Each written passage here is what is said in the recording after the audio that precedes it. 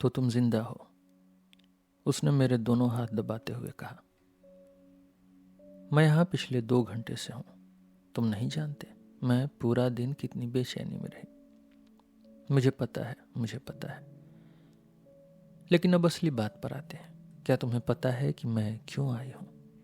कल की तरह बेतुकी बातें करने नहीं। सुनो, हमें अब ज्यादा समझदारी से पेश आना होगा। मैंने कल रात बहुत सोचा। कैसी समझदारी? किस बात में ज्यादा समझदार बनना होगा? मैं तो तैयार हूं, लेकिन सच कहूं तो मेरे जीवन में इससे ज्यादा समझदार कुछ हुआ ही नहीं, सच में। पहली बात, कृपया मेरे हाथ इतनी जोर से मत पकड़ो। दूसरी बात, मुझे तुम्हारे बारे में बहुत सोचना पड़ा और संदेह भी हुआ आज। और क्या नतीजा निकला? क्या नतीजा निकला? नतीजा ये निकला कि हमें सब कुछ फिर से शुरू करना चाहिए, क्योंकि मैंने आज महसूस किया कि मैं तुम्हें बिल्कुल भी नहीं जानती। कल रात मैं एक नादान बच्ची की तरह बर्ताव कर रही थी, और सच कहूं तो इसमें मेरी मासूमियत की ही गलती है। जब कोई खुद का आकलन करता है तो अंत में खुद की तारीफ ही करता है, और इस गलती को सुधारने के लिए मैंने तय किया है कि तुम्हारे बारे में सब कुछ ठीक से जानना होगा। और क्योंकि मुझे कोई और नहीं मिलेगा जो तुम्हारे बारे में बता सके, तो तुम्हें खुद ही सब कुछ विस्तार से बताना होगा। तो बताओ, तुम किस तरह के इंसान हो? शुरू करो, पूरी कहानी सुनाओ। मेरी कहानी? मैं डरकर चिल्लाया। मेरी कहानी? पर तुमसे किसने कहा कि मेरी कोई कहानी है? मेरी कोई कहानी नहीं है। तो फिर तुमने अब तक जिंदगी कैसे जी? उसने हंसते हुए बीच में टोका। बिल्कुल बिना किसी कहानी के। मैंने वैसे जिया है जैसे लोग कहते हैं, खुद में सिमट कर। मतलब पूरी तरह अकेले, अकेला, बिल्कुल अकेला। क्या तुम्हें पता है अकेले होने का क्या मतलब होता है? लेकिन इतना अकेला कैसे?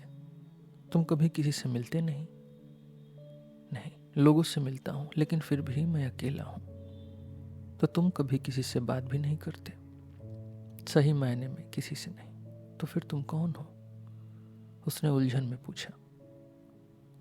समझाओ, रुको, मुझे लगता है मैं समझ रही हूं। शायद मेरी ही तरह तुम्हारे पास भी एक दादी होंगी। मेरी दादी अंधी है और मुझे कहीं जाने नहीं देती, इसलिए मैं बोलना भी भूल चुकी हूँ। और जब 2 साल पहले मैंने कुछ शरारतें की तो उन्होंने मुझे बुलाया और मेरी पोशाक अपने कपड़ों से सिल दी, पिन कर दिया। तब से हम दोनों बस वैसे ही बैठे रहते हैं। वो अपनी ऊन बुनती रहती हैं, भले ही अंधी हैं, और मैं उनके पास बैठकर सिलाई करती हूँ या उन्हें किताब पढ़कर सुनाती हूँ।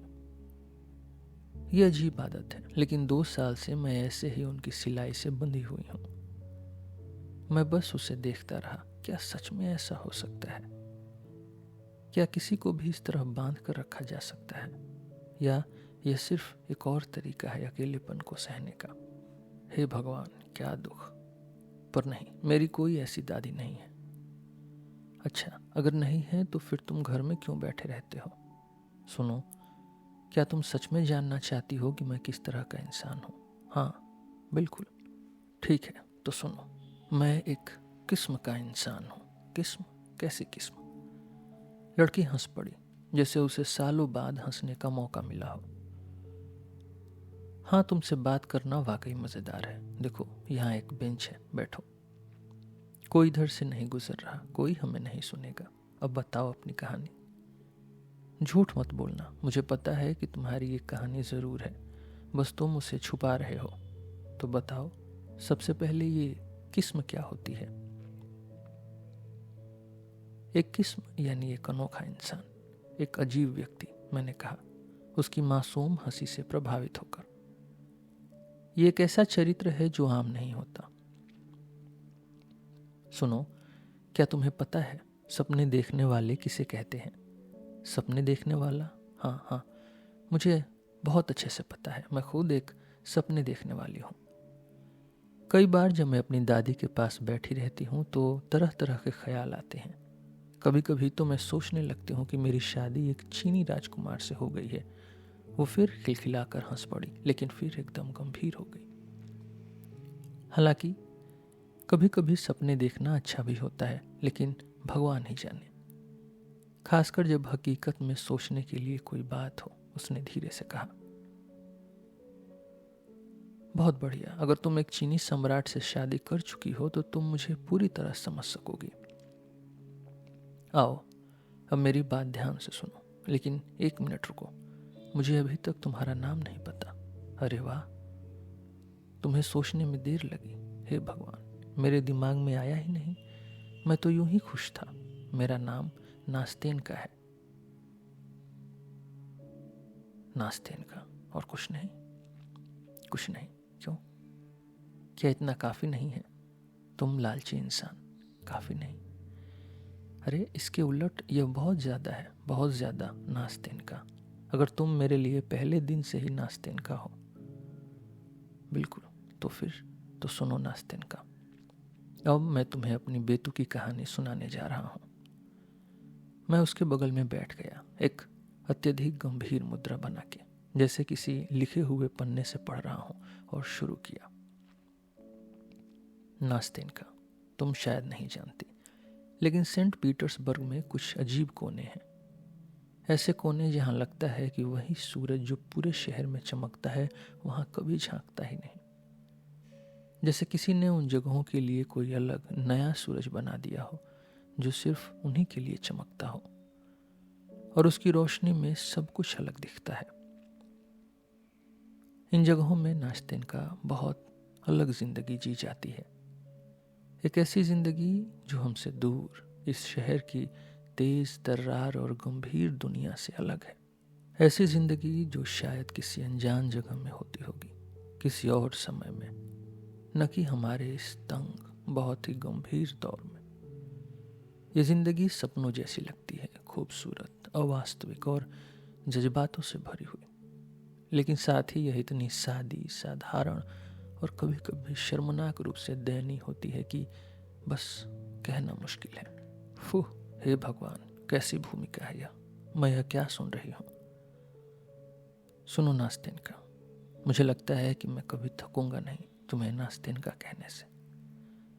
मैं तुम्हें बताऊं कि इन कोनों में अजीब लोग रहते हैं, सपने देखने वाले। एक सपने देखने वाला, अगर तुम सटीक परिभाषा चाहो तो कोई सामान्य इंसान नहीं होता, बल्कि एक ऐसा प्राणी होता है जो 2 दुनियाओं के बीच अटका होता है। अधिकतर वह किसी दुर्गम कोने में जा बसता है, जैसे दिन की रोशनी से छुप रहा हो। एक बार जब वह अपने कोने में समा जाता है तो वह उसमें इस तरह घुल मिल जाता है जैसे एक घोंघा अपने घोल में, या फिर उससे भी ज्यादा उस अजीब जीव की तरह जो एक साथ जानवर भी है और घर भी, जिसे कछुआ कहते हैं। अब बताओ, तुम्हें क्या लगता है, ऐसा क्यों होता है कि यह अजीब इंसान अपने उन्हीं 4 दीवारों में इतना लगाव रखता है, जो हमेशा हरे रंग से पुती होती है, धूल भरी, उदास और तंबाकू के धुएं से भरी रहती है। और जब इस अजीब शख्स के कुछ गिने चुने परिचितों में से कोई उसे मिलने आता है, वैसे वह धीरे धीरे सभी दोस्तों से छुटकारा पा लेता है, तो वह इतनी अजीब तरह से क्यों पेश आता है?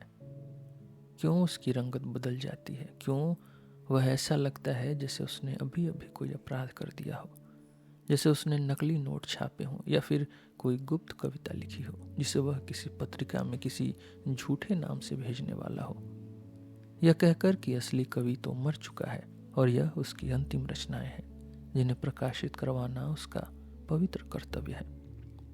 बताओ ना नास्तेन का, ऐसा क्यों होता है? क्यों 2 दोस्त के बीच बातचीत इतनी कठिन हो जाती है? क्यों वहां कोई हंसी नहीं गूंजती?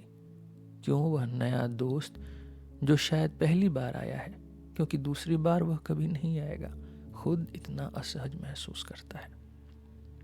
क्यों वह जो आमतौर पर हंसी मजाक, बातों और महिलाओं पर चर्चाओं में रुचि रखता है, अचानक गूंगा सा हो जाता है? क्यों वह दोस्त जो शायद बुद्धिमान भी हो, अपने मेजबान के उदास चेहरे को देखकर अपनी जुबान खो बैठता है? और क्यों यह अजीब व्यक्ति अपने मेहमान को सहज महसूस कराने के लिए, समाज में अपनी जगह दिखाने के लिए और बातचीत को रोचक बनाने के लिए संघर्ष करता है, फिर भी असफल रहता है। फिर अचानक वह दोस्त किसी झूठे बहाने से कहता है कि उसे कोई ज़रूरी काम याद आ गया और वह अपना टोपी झटपट उठा लेता है। मेजबान अपने गर्मजोशी भरे हाथ से उसे रोकने की कोशिश करता है अपनी स्थिति को संभालने के लिए, लेकिन मेहमान अपना हाथ झटक कर निकल जाता है। और फिर क्या होता है? जैसे ही वह दरवाजे से बाहर निकलता है, वह हल्के से मुस्कुराता है और कसम खाता है कि वह दोबारा इस अजीब इंसान से मिलने नहीं आएगा, भले ही वह अजीब व्यक्ति अंदर से एक बहुत अच्छा इंसान हो। पर साथ ही वह अपनी कल्पना में अपने मेजबान के चेहरे की तुलना करता है उस निरीह बिल्ली से जिसे बच्चों ने पकड़कर झकझोर दिया हो, उसके साथ तरह तरह की शरारतें की हो, जो सहमी हुई, कुचली हुई अपने नन्हे पंजों से अपना अपमानित चेहरा रगड़ते हुए किसी कुर्सी के नीचे छिप जाती है और फिर घंटों तक जिंदगी और दुनिया को घृणा से देखती रहती है। और यहाँ तक कि वह खाना भी नहीं खाती जो उसके लिए मेजबान की दयालु नौकरानी ने बचा कर रखा था। तो नास्तिनका समझ पाई, यही है वह दुनिया जिसमें मैं जीता हूँ, सपनों की दुनिया, जहाँ लोग हकीकत से नहीं बल्कि अपने खुद के ख्यालों से घिरे रहते हैं। सुनो, नास्तिनका ने बीच में ही टोक दिया। वह अब तक मेरी बातों को आश्चर्य से सुन रही थी। उसकी आंखें बड़ी बड़ी खुली थीं और उसका छोटा सा मुंह भी हल्का सा खुल रहा था। सुनो, मुझे जरा भी नहीं समझ आ रहा कि यह सब कैसे हुआ और तुम मुझसे इतने अजीब सवाल क्यों पूछ रहे हो। मुझे बस इतना पता है कि यह घटना बिल्कुल वैसी ही घटी होगी जैसे तुमने सुनाई है, शब्द दर शब्द। बिल्कुल, मैंने बेहद गंभीर चेहरे से जवाब दिया। तो फिर इसमें कोई शक नहीं, आगे बताओ, नास्तिनका ने उत्सुकता से कहा, क्योंकि मैं बहुत ज्यादा जानना चाहती हूँ कि यह सब कैसे खत्म होगा। तुम जानना चाहती हो नास्तिनका कि हमारा नायक यानी कि मैं ही अपने कोने में क्या करता था। तुम यह जानना चाहती हो कि कैसे एक दोस्त की अचानक की गई मुलाकात ने मुझे पूरे दिन के लिए विचलित कर दिया। तुम यह जानना चाहती हो कि मैं इतना घबरा क्यों गया जब मेरे कमरे का दरवाजा खुला, मैं इतना लाल क्यों पड़ गया, मैं अपने मेहमान का ठीक से स्वागत क्यों नहीं कर पाया और मैं अपने ही मेहमान नवाजी के बोझ तले क्यों दब गया। हाँ बिल्कुल यही बात, नास्तिनका ने झट से जवाब दिया। सुनो, तुम इसे बहुत ही शानदार ढंग से बयान कर रहे हो, लेकिन क्या तुम इसे जरा कम शानदार तरीके से नहीं बता सकते? तुम ऐसे बोल रहे हो जैसे किसी किताब से पढ़कर सुना रहे हो।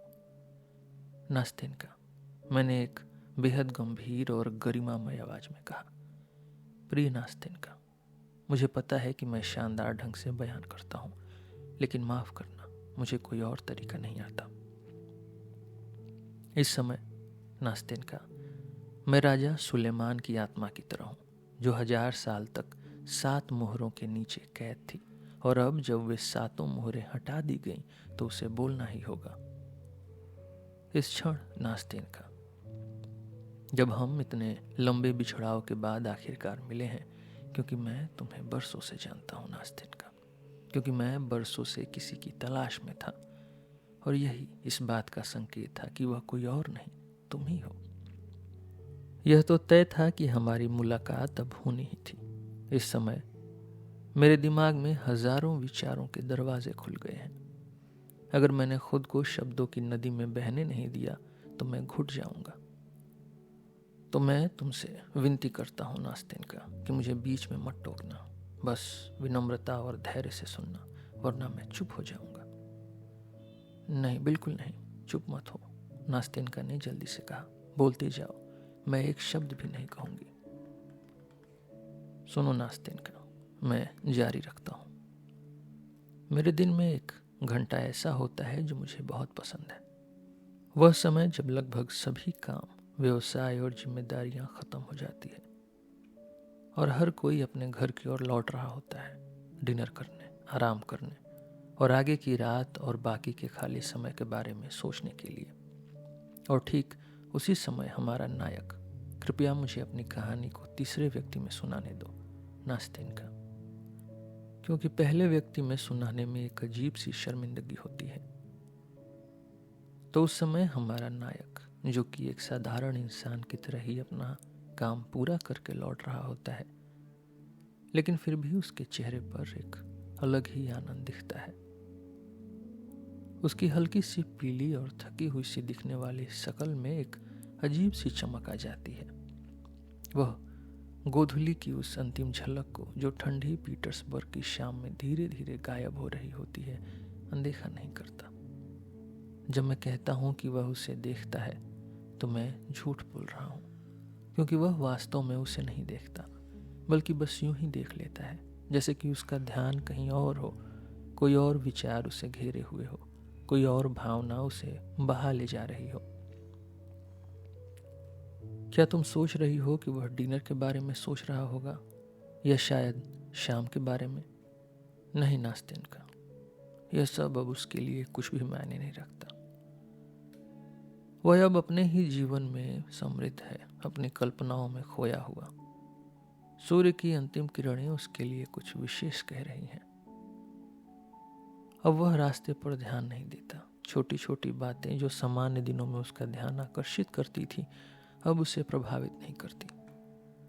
अब कल्पना की देवी, अगर तुमने जुकोस्की को पढ़ा हो, प्रिय नास्तिन का,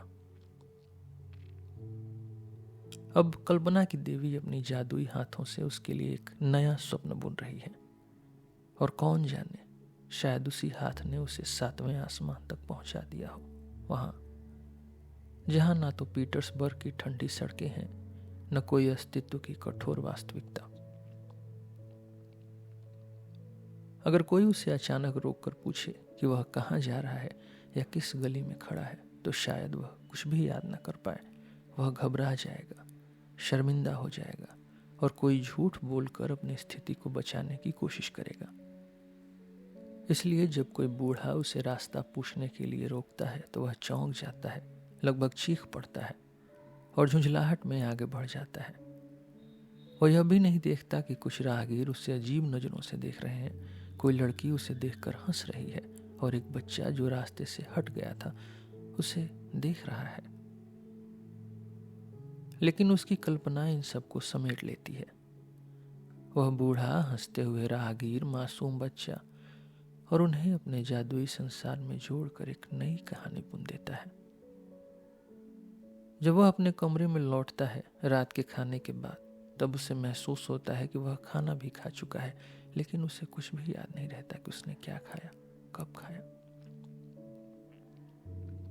यह जैसे कोई सपना था। अब कमरे में अंधेरा हो गया है, उसका मन बेचैन और खाली है। लेकिन तभी कोई हल्का सा एहसास उसके दिल को छूता है, कोई नया सपना, कोई नई भावना, कोई नई कल्पना, जो उसके दिल को एक अजीब सी खुशी से भर देती है। तुम शायद पूछोगी कि वह सपने किस चीज के देखता है, लेकिन यह पूछना व्यर्थ है नास्तिन का। वह हर चीज के बारे में सपने देखता है। एक अनदेखी प्रेमिका, कवि के जीवन की अज्ञात कहानियां, हाफमैन से दोस्ती, किसी ऐतिहासिक युद्ध का नायक बनने की चाह, राजसी महलों में नृत्य करते हुए अनजान शहरों की गलियों में खो जाने की सपने। और देखो नास्तिन का, अब वह स्वयं इन सभी सपनों का केंद्र बन गया है। वह स्वयं ही इन कहानियों का नायक है, स्वयं अपने जीवन का कलाकार। तुम पूछ सकती हो कि क्या यह सब केवल भ्रम है, एक धोखा? क्या वास्तव में उसका हृदय इन सपनों में धड़कता है? क्या यह संभव है कि वह जिससे प्रेम करता है वह सिर्फ उसकी कल्पना का अंश हो? क्या यह सच है कि उसने कभी भी उसे वास्तविक रूप में नहीं देखा, लेकिन फिर भी वह वर्षों से उसके साथ जी रहा है, उसकी यादों में, उसके सपनों में, उसकी कल्पनाओं में? उसकी दुनिया में वह अकेला नहीं है। वहाँ एक उदास बागीचा है जहाँ वे दोनों साथ में चले थे, जहाँ उन्होंने प्रेम किया था। और वहाँ वह पुराना घर है जहाँ वह अपनी उदास आंखों से खिड़की से बाहर देखती थी, किसी ऐसे व्यक्ति के इंतजार में जिसे वह प्रेम करती थी। और फिर जब वह एक नए देश में उससे दोबारा मिला, तब एक राजसी महल की बालकनी पर चमकती रोशनी के बीच संगीत के साथ उसने धीरे से अपना मुखौटा हटाया और फुसफुसाई, अब मैं आजाद हूं। और एक पल में वे एक दूसरे की बाहों में समा गए। ओह नास्तिन का, क्या यह केवल एक सपना था? क्या यह सब केवल एक सपना था? क्या सच में कोई इतना अकेला होकर जी सकता है? क्या सच में कोई अपने ही बनाए हुए संसार में इस कदर डूब सकता है? और अगर यह सपना था तो फिर उसने इस सपने के लिए अपना पूरा जीवन क्यों समर्पित कर दिया? क्या यह इसलिए था क्योंकि वास्तविक जीवन बहुत फीका, बहुत ठंडा और बहुत नीरस था?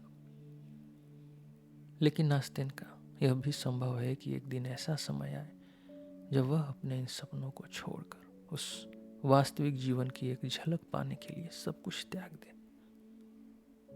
हो सकता है कि वह अपने ही भ्रम से निकलकर एक सच्चे स्पर्श, एक सच्चे प्रेम, एक सच्चे जीवन की तलाश में निकल पड़े। लेकिन तब तक वह अपने ही बनाए हुए स्वप्न जगत का राजा है। वह अपने ही कल्पना संसार का निर्माता है और उसे इससे ज्यादा कुछ नहीं चाहिए। ओ नास्तिनका। नास्तिनका की आंखों में आंसू झिलमिला उठे।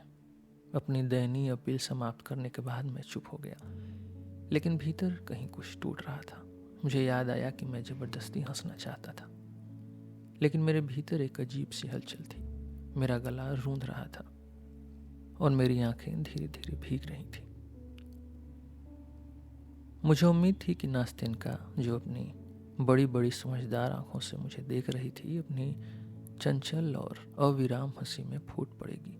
और मैं पहले ही पछता रहा था कि मैं इतना दूर क्यों चला गया, क्यों मैंने अपने दिल की वो बातें कह दी जो मैं लंबे समय से अपने भीतर ही घुलने दे रहा था। मैं यह सब ऐसे सुना रहा था जैसे किसी लिखित पृष्ठ को पढ़ रहा हूँ, जैसे मैंने पहले ही अपने ऊपर फैसला दे दिया हो और अब उसे दोहराने से खुद को रोक नहीं पा रहा था। मैंने सोचा था कि वह मुझे नहीं समझेगी, लेकिन मेरी हैरानी की कोई सीमा ना रही जब उसने कोई हंसी नहीं उड़ाई। वह चुप रही, मेरे हाथ को हल्के से दबाया और सहानुभूति से धीरे धीरे पूछी कि क्या वाकई तुमने अपनी पूरी जिंदगी इसी तरह बिताई है? पूरी जिंदगी नास्तिनका, मैंने जवाब दिया, पूरी जिंदगी। और मुझे लगता है कि मैं आखिर तक ऐसे ही जीता रहूंगा। नहीं, यह सही नहीं है, उसने व्याकुल होकर कहा। ऐसा नहीं होना चाहिए। तो क्या मैं भी अपनी पूरी जिंदगी दादी के पास ही बिता दूंगी? तुम्हें पता है इस तरह जीना अच्छा नहीं है। मुझे पता है नास्तिनका, मुझे पता है। मैं अपनी भावनाओं को और रोक नहीं पाया और अब पहले से कहीं ज्यादा महसूस करता हूं कि मैंने अपने सबसे अच्छे साल गंवा दिए हैं। और यह बात मुझे अब और भी ज्यादा चुभती है, क्योंकि अब मैं समझता हूं कि ईश्वर ने तुम्हें मेरे पास भेजा है, मुझे यह सब बताने और दिखाने के लिए। अब जब मैं तुम्हारे पास बैठकर तुमसे बातें कर रहा हूं तो मुझे भविष्य अजीब सा लगता है, क्योंकि भविष्य में फिर वही अकेलापन, फिर वही बेजान बेकार जिंदगी। और जब मैं तुम्हारे साथ इन 2 शामों में इतना खुश था, तो अब मेरे पास सपने देखने के लिए क्या बचेगा? हो ईश्वर, तुम्हें आशीर्वाद दे मेरी प्यारी लड़की, कि तुमने मुझे पहले ही ठुकरा नहीं दिया, कि तुमने मुझे यह कहने दिया कि कम से कम 2 शामें तो मैंने जिंदगी जी है। नहीं नहीं, नास्तिनका अचानक रो पड़ी और उसकी आंखों में चमकते आंसू झलक पड़े। ऐसा अब और नहीं होना चाहिए, हमें इस तरह नहीं बिछड़ना चाहिए, 2 शामें ही क्यों। ओ नास्तिनका, नास्तिनका, क्या तुम जानती हो कि तुमने मुझे मेरे ही साथ कितना सुलह करवा दिया? क्या तुम जानती हो कि अब शायद मैं अपने बारे में उतना बुरा नहीं सोचूंगा जितना कुछ पलों में सोचा करता था? क्या तुम जानती हो कि शायद मैं अपनी जिंदगी के अपराध और पाप पर शोक करना बंद कर दूंगा, क्योंकि ऐसी जिंदगी खुद एक अपराध और पाप है। और कृपया यह मत समझना कि मैं बहुत बढ़ा चढ़ा कर कह रहा हूं, भगवान के लिए यह मत सोचना नास्तिनका। कभी कभी मुझ पर ऐसा दुख और निराशा हावी हो जाती है कि लगता है जैसे मैं असली जीवन जीने की शक्ति खो चुका हूँ, जैसे मैं वास्तविकता से पूरी तरह कट चुका हूँ, जैसे मैंने वास्तविक जीवन के लिए अपनी हर भावना, हर अनुभव को कुचल दिया हो। कभी कभी मैं खुद को कोसता हूँ, क्योंकि मेरी इन कल्पना भरी रातों के बाद जब मैं जागता हूँ तो वह भयानक होता है। और इस बीच दुनिया अपने चक्कर में घूमती रहती है, जीवन अपनी धारा में बहता रहता है। लोग अपनी असली जिंदगी जी रहे होते हैं। उनके लिए यह जिंदगी कोई सपना नहीं, कोई कल्पना नहीं। उनकी जिंदगी हर पल नहीं होती है, युवा होती है, और कोई भी घंटा दूसरे घंटे की तरह नहीं होता। लेकिन हमारी कल्पनाएं कितनी बेबस होती हैं, कितनी ठंडी, कितनी नीरस, कितनी खोखली। वे बस धुंधली छायाओं की गुलाम बनकर रह जाती हैं। एक मामूली बादल भी जब सूरज को ढक देता है तो यह पूरी दुनिया काली और उदास हो जाती है। और जब यह उदासी छा जाती है तो इस कल्पना की क्या बिसात। तब महसूस होता है कि यह थक चुकी है, यह बेजान हो चुकी है, यह पुरानी हो चुकी है, क्योंकि हम बड़े हो रहे हैं, अपनी पुरानी कल्पनाओं से बाहर निकल रहे हैं। वे अब टूट रही हैं, बिखर रही हैं, धूल में मिल रही हैं। अगर दूसरी कोई जिंदगी नहीं है तो हमें उन्हीं टुकड़ों में से एक नई दुनिया बनानी होगी। लेकिन इस बीच आत्मा बेचैन है, वह कुछ और चाहती है। और जब यह बेचैनी बढ़ती है तो सपनों के राख में हाथ डालकर हम उनमें बची कोई चिंगारी खोजने लगते हैं, ताकि उसे फिर से जलाकर अपने ठंडे दिल को गर्म कर सकें, ताकि उसे फिर से वही मिठास दे सकें, वही भावनाएं जगा सकें जो कभी हमें हिला दिया करती थी, जिनमें हमारी आंखों में आंसू आ जाते थे और जो हमें मीठे धोखे में रखती थी। ओ नास्तिन का, क्या तुम जानती हो कि अब मैं कहाँ तक आ चुका हूँ? अब जब अपनी पुरानी भावनाओं की बरसी मनाने के लिए मजबूर हूँ, उन यादों की बरसी जो कभी वास्तविकता में थी ही नहीं, मैं अपनी उन मूर्खतापूर्ण कल्पनाओं का शोक मनाता हूँ, क्योंकि वे अब नहीं हैं।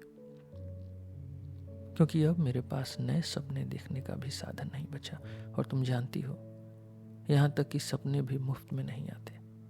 ओ नास्तिन का, क्या तुम जानती हो कि अब मैं उन्हीं जगहों पर बार बार जाने लगा हूँ जहाँ मैं कभी अपने सपनों में खुश हुआ करता था। मैं अपने वर्तमान को अपने अतीत के साथ जोड़ने की कोशिश करता हूँ और फिर मैं भटकता रहता हूँ, उदास और खामोश, सेंट पीटर्सबर्ग की गलियों में, बिना किसी उद्देश्य के, बिना किसी उम्मीद के। क्या यादें होती हैं। मैं सोचता हूँ कि आज से ठीक 1 साल पहले इसी समय, इसी सड़क पर मैं बिल्कुल अकेला, बिल्कुल उदास चल रहा था, और तब भी मेरे सपने दुखद थे। लेकिन फिर भी लगता है जैसे वे बेहतर थे, जैसे तब जिंदगी ज्यादा शांत थी, जैसे तब यह भारी अंधकार नहीं था जो अब मुझे हर समय घेरे रखता है। और फिर मैं खुद से पूछता हूँ, मेरे सपने कहाँ चले गए? मैं अपना सिर हिलाता हूँ और खुद से कहता हूँ, वर्ष कितनी तेजी से गुजर रहे हैं। और फिर मैं खुद से पूछता हूँ, मैंने अपने वर्षों के साथ क्या किया? कहाँ दफना दिए मैंने अपने सबसे अच्छे दिन? क्या मैंने कभी जिया भी नहीं? ओ नास्तिन का,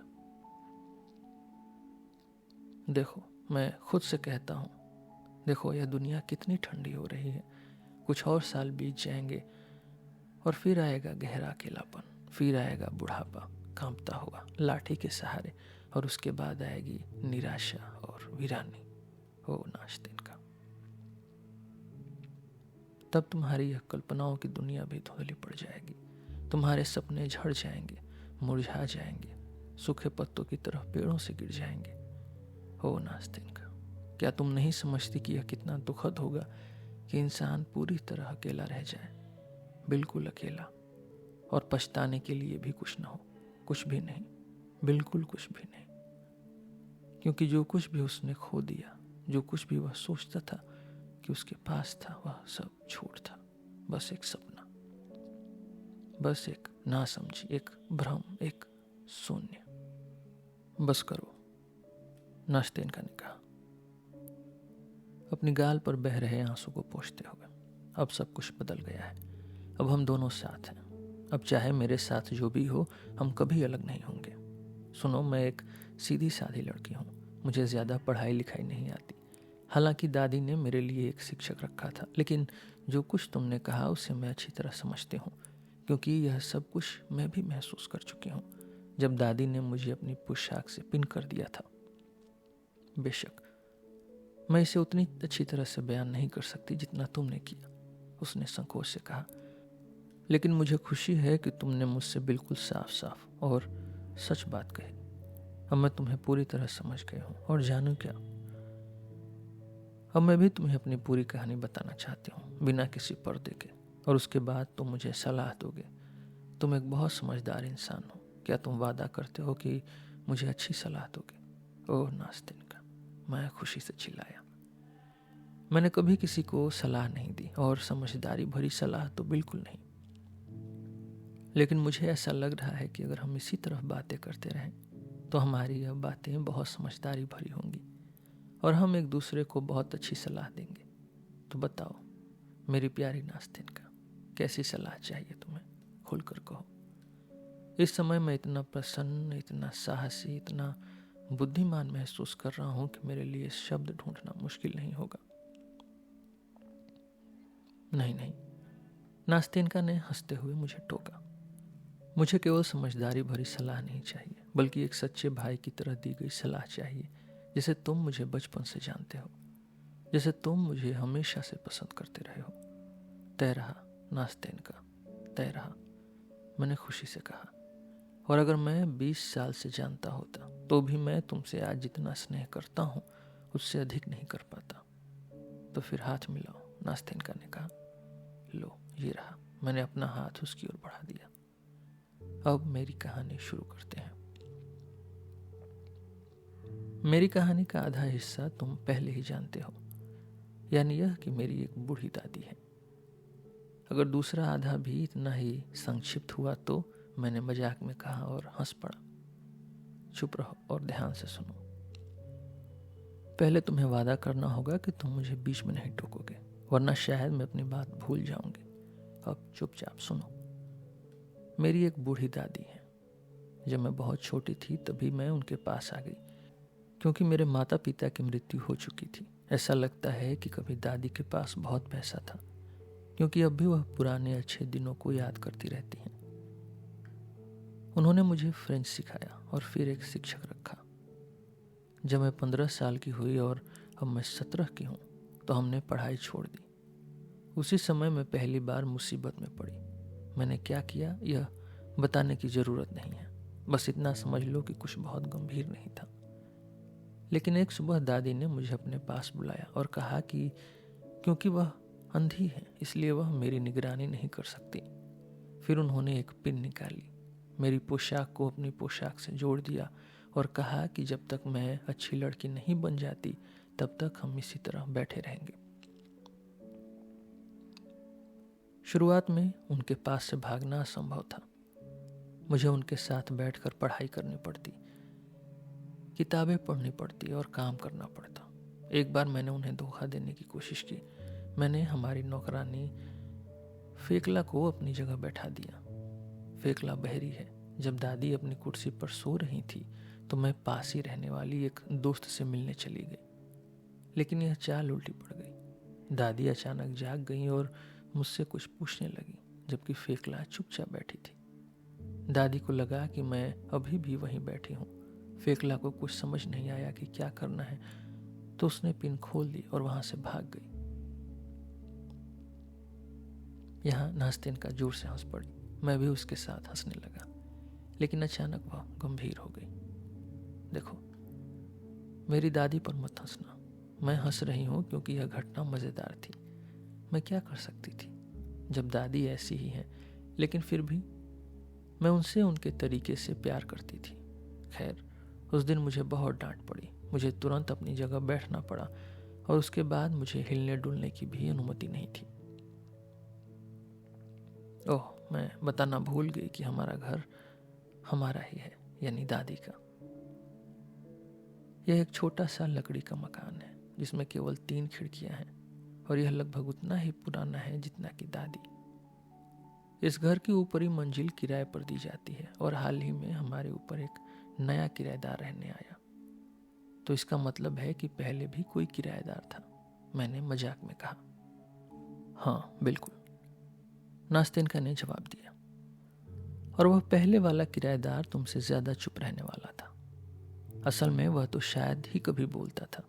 वह एक बूढ़ा, बहरा, अंधा और लंगड़ा इंसान था जो अंत में इतना कमजोर हो गया कि वह जी ही नहीं सका और मर गया। फिर हमें नए किराएदार ढूंढना पड़ा क्योंकि हम बिना किराएदार के अपना गुजारा नहीं चला सकते थे।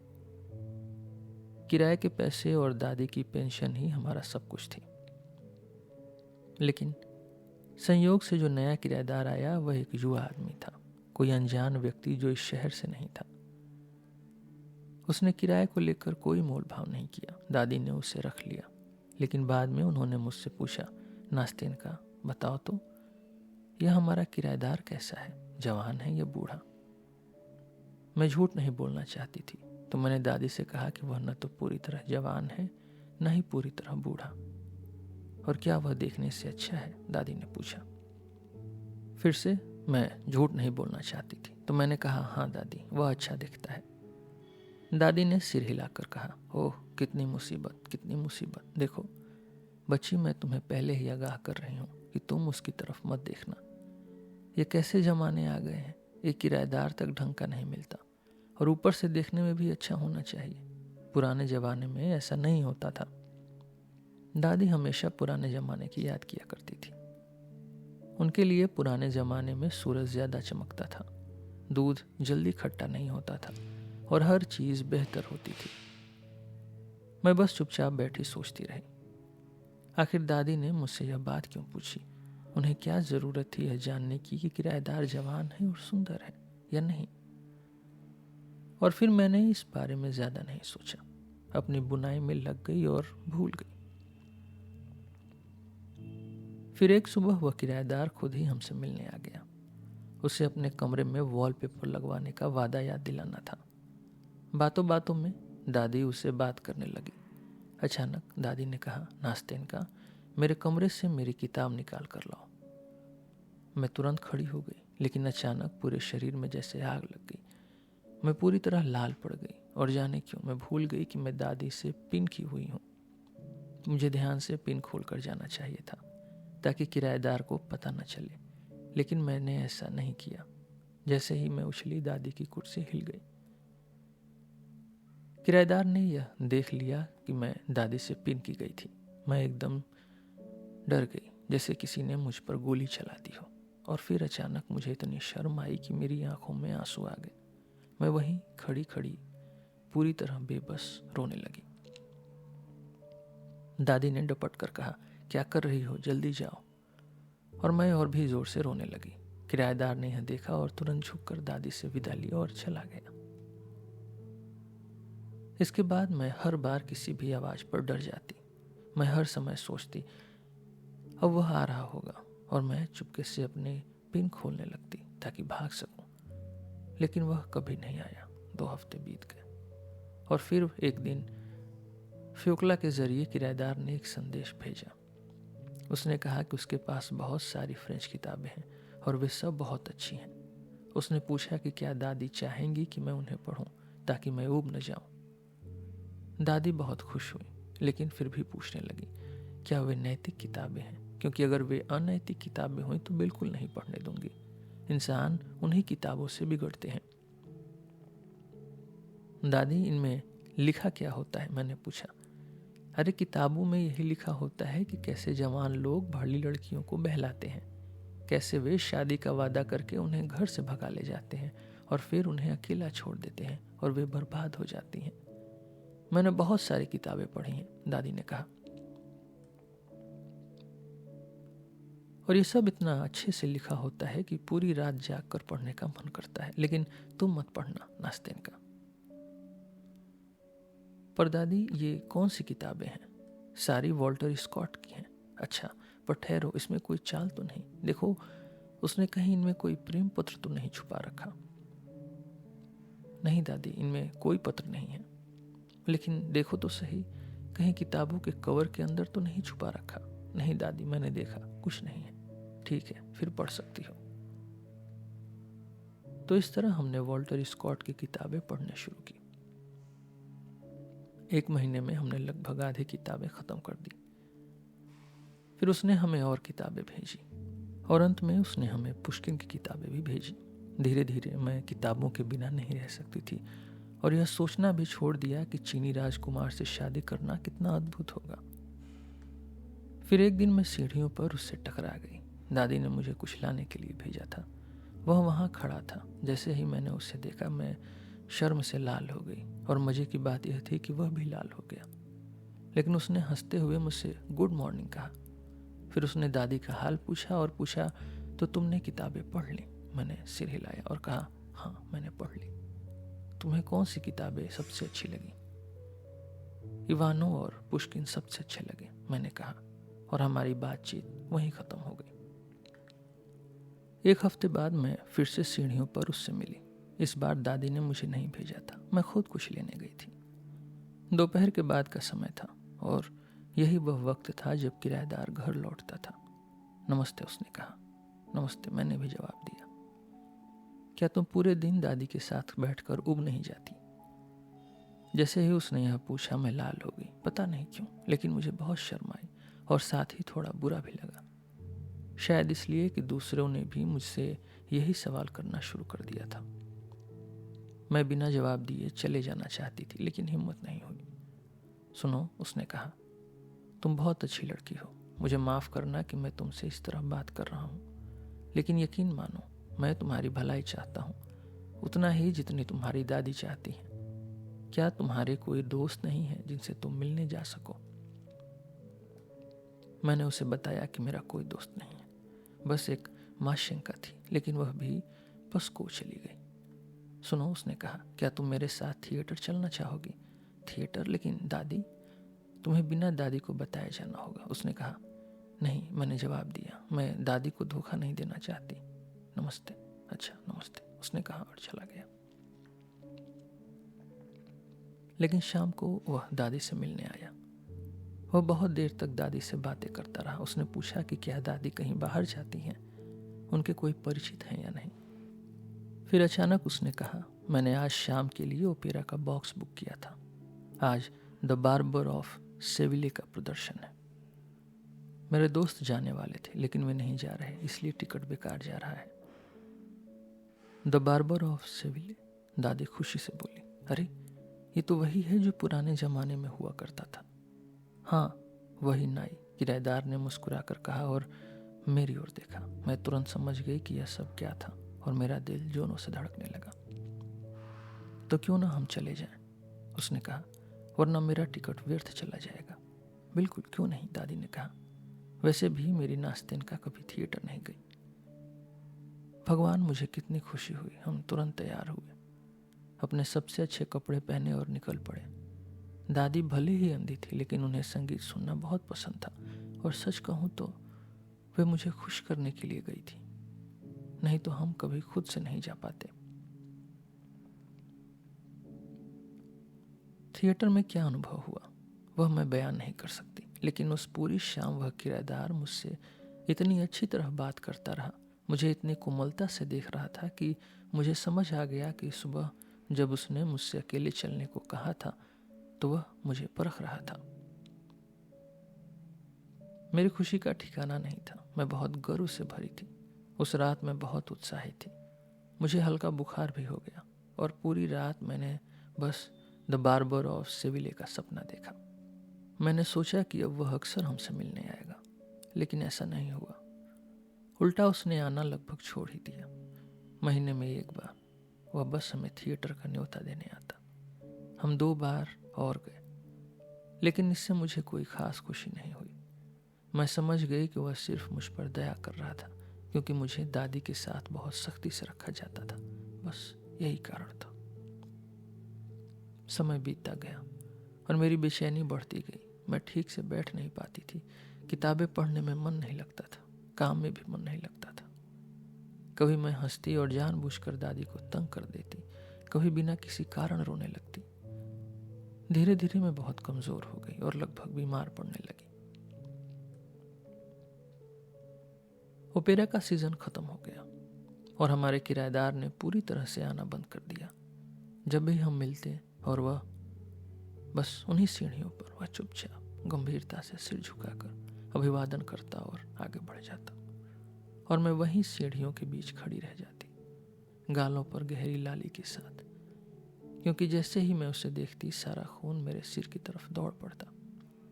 ठीक 1 साल पहले मई के महीने में वह हमारे पास आया और दादी को बताया कि उसका काम यहाँ पूरा हो गया और उसे 1 साल के लिए मास्को जाना होगा। जैसे ही मैंने यह सुना मैं लगभग बेहोश हो गई और कुर्सी पर गिर पड़ी। दादी को कुछ समझ नहीं आया, लेकिन मैं भीतर से पूरी तरह टूट चुकी थी। उसने हमें सूचित किया कि वह अगले दिन जा रहा है और फिर हमेशा की तरह वह सिर झुकाकर चला गया। अब मैं क्या करूं? मैं सोचती रही, घुटती रही, और आखिरकार मैंने फैसला कर लिया। अगले दिन वह जा रहा था तो मैंने उसी रात, जब दादी सो जाएंगी, सब कुछ ख़त्म करने का निश्चय किया। और वही हुआ। मैंने अपने सारे कपड़े, जरूरी सामान एक गठरी में बांधा और मरने से भी बुरी हालत में किराएदार के कमरे की ओर चल पड़ी। मैं शायद 1 घंटे तक सीढ़ियों पर खड़ी रही, फिर धीरे से दरवाज़ा खोला। जैसे ही उसने मुझे देखा वह घबरा गया। उसे लगा कोई भूत देख लिया हो। वह पानी लेने दौड़ा क्योंकि मैं लगभग गिरने ही वाली थी। मेरा दिल इतनी तेजी से धड़क रहा था कि मेरा सिर दर्द कर रहा था और मैं होश में नहीं थी। जब मैं कुछ संभली तो मैंने बस अपनी गठरी उसके बिस्तर पर रखी, खुद वहीं बैठ गई, अपना चेहरा हाथों में छुपा लिया और जोर जोर से रोने लगी। मुझे लगता है कि वह तुरंत समझ गया कि क्या हो रहा है। उसने मुझे इतना दुखी और बेबस देखा कि उसका दिल भी टूट गया। वह मेरी ओर बहुत उदासी से देखने लगा और मेरे अंदर सब कुछ चूर चूर हो गया। सुनो, उसने धीरे से कहा, सुनो नास्तिन का, मैं कुछ नहीं कर सकता। मैं एक गरीब आदमी हूँ, मेरे पास कुछ भी नहीं, कोई स्थिर नौकरी नहीं। अगर मैं तुमसे शादी कर भी लूँ तो हम जिएंगे कैसे? हम बहुत देर तक बात करते रहे, लेकिन अंततः मैं पूरी तरह बेकाबू हो गई। मैंने कहा कि मैं दादी के साथ नहीं रह सकती, मैं उनसे भाग जाऊंगी। मुझे उनकी पिन से बंधे रहने की ज़रूरत नहीं है। अगर वह चाहे तो मैं उसके साथ मास्को भी जा सकती हूँ, लेकिन मैं उसके बिना नहीं जी सकती। शर्म, अभिमान और प्यार तीनों मिलकर मेरे अंदर उथल पुथल मचा रहे थे। और जब उसने कोई जवाब नहीं दिया तो मैं पूरी तरह टूट गई। मैं बिस्तर पर गिर पड़ी, लगभग दौरे की हालत में। मुझे बस इस बात का डर था कि वह इनकार न कर दे। कुछ मिनटों तक वह चुपचाप बैठा रहा, फिर उठकर मेरे पास आया और मेरा हाथ थाम लिया। सुनो मेरी प्यारी अच्छी नास्तिन का, सुनो, मैं तुमसे वादा करता हूँ कि अगर कभी मैं शादी करने की स्थिति में आया तो तुम ही मेरी खुशी बनोगी। सुनो, मैं मास्को जा रहा हूँ और वहाँ 1 साल रहूँगा। मैं अपनी स्थिति बेहतर बनाने की कोशिश करूँगा। जब मैं लौटूंगा और अगर तब भी तुम्हारा मन नहीं बदला तो मैं वादा करता हूँ कि हम दोनों खुश रहेंगे, लेकिन अभी यह संभव नहीं है। मैं कुछ भी वादा करने की स्थिति में नहीं हूँ। हाँ, मैं फिर भी कहना चाहूँगा कि यदि 1 साल में नहीं तो कभी न कभी ज़रूर, यह बशर्ते कि तुम किसी और को मुझसे बेहतर न समझो, क्योंकि मैं तुम्हें किसी बंधन में बांधने का अधिकार नहीं रखता। यही उसने मुझसे कहा और अगले दिन वह चला गया। हम दोनों ने तय किया कि हम दादी को इस बारे में कुछ नहीं बताएंगे। यह उसकी इच्छा थी। खैर, मेरी कहानी अब लगभग समाप्त हो गई है। ठीक 1 साल बीत चुका है। वह लौट आया है। उसे यहाँ आए 3 दिन हो चुके हैं। और क्या? मैंने उतावलेपन से पूछा। अब तक उसका कोई पता नहीं। नास्तिनका ने पूरी हिम्मत बटोरते हुए जवाब दिया। न तो उसने कोई संदेश भेजा और न ही वह आया। फिर वह अपने हाथों में चेहरा छुपाकर फूट फूट कर रोने लगी। उसे इस तरह रोते देख मेरे दिल में जैसे एक तीर चुभ गया। मुझे बिल्कुल भी उम्मीद नहीं थी इस कहानी का ऐसा अंत होगा। नास्तिनका, मैंने धीरे से कहा, नास्तिनका, भगवान के लिए मत रो। तुम कैसे कह सकती हो कि वह यहाँ आ चुका है? वह यहाँ है, नास्तिनका ने दोहराया। मुझे यकीन है हमने एक वादा किया था उस रात। जब वह जाने वाला था, हमने तय किया था कि जैसे ही वह लौटेगा वह मुझसे मिलेगा, और अगर मैं उसे अस्वीकार नहीं करती तो हम दादी को सब कुछ सच सच बता देंगे। लेकिन अब जबकि वह आ चुका है, वह नहीं आया और फिर से रोने लगी। हे भगवान, क्या मैं तुम्हारी मदद के लिए कुछ भी नहीं कर सकता? मैं अपने आपे से बाहर आकर बोला। बताओ नास्तिन का, क्या यह संभव नहीं कि मैं खुद जाकर उससे मिलूं? क्या यह मुमकिन होगा? उसने अचानक सिर उठाते हुए कहा। नहीं, शायद नहीं, मैंने खुद को रोकते हुए कहा। लेकिन सुनो, एक पत्र लिखो। नहीं, यह संभव नहीं है, मैं ऐसा नहीं कर सकती, उसने कहा, अपनी आंखें झुका ली। क्यों नहीं नास्तिन का, इसमें क्या संभव है? मैंने कहा। तुम्हें यह अधिकार है, उसने तुमसे वादा किया था, उसने खुद यह कहा था। एक पत्र लिखने में क्या बुराई है? नहीं, मैं नहीं कर सकती, उसने फिर से कहा। ऐसा लगेगा जैसे मैं खुद को उस पर थोप रही हूं। ओह मेरी प्यारी नास्तिन का, मैंने मुस्कुराते हुए कहा। नहीं नहीं, तुम्हें यह अधिकार है, क्योंकि उसने तुमसे वादा किया था। वह कोई स्वार्थी आदमी नहीं लगता। उसने तुम्हें एक स्वतंत्रता दी थी।